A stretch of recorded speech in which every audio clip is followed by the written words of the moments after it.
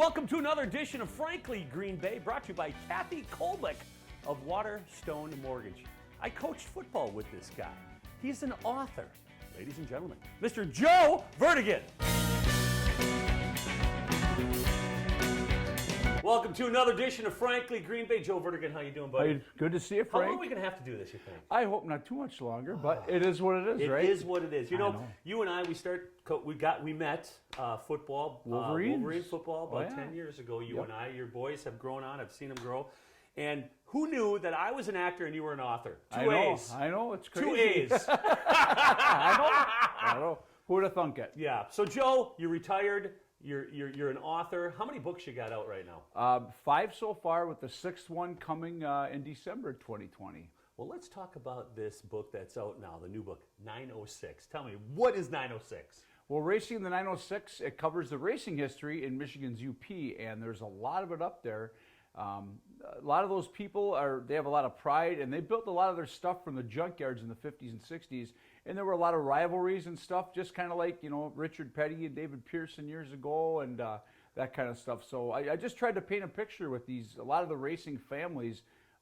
You know, there's probably 3 different generations of racers, all the way as far north as Marquette, and then like Norway, Escanaba, the Sault Ste. Marie, which is kind of near Canada too. So. Yeah. Yeah. So did these guys come home after World War II, nothing to do, and they start putting cars together and put these racetracks? What's the history? They did, and basically it started like in the 50s. Yeah. Guys worked in the iron mines up there, Yeah. and they wanted something to do on the weekends, so they started building these race cars from scratch. They would scour the junkyards. Frank, you could put a car together for $100 back then. And there'd be a case of beer if you rolled over your car. So these racetracks then start popping up. Did an entrepreneur think of this, or how did these racetracks pop up? It was pretty crude initially. A lot of them were carved out of old farm fields. Okay. And as years went on, like anything, technology comes in, it gets a little more sophisticated. County fairgrounds kind of started hosting races in like the 60s.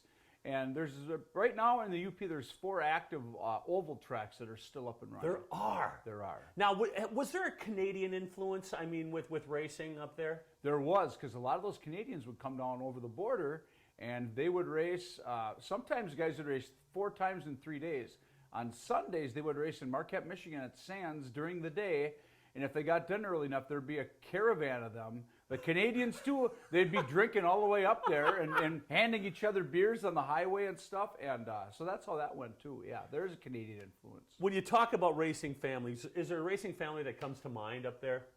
Probably the Iversons. The Iversons, okay. They're from Escanaba. Bob ran down at WIR too for a lot of years, chasing my cousin Scott Hansen. Yeah. They were big rivals. And Gene Coleman's another successful name, as is Greg Ives, who's the car chief or the crew chief for the 88 car Alex Bowman, which had Dale Earnhardt Jr. in it. So he's one of the top crew chiefs at NASCAR's highest level. And he's from Little Old Bark River. Racing 906, where can people get this book?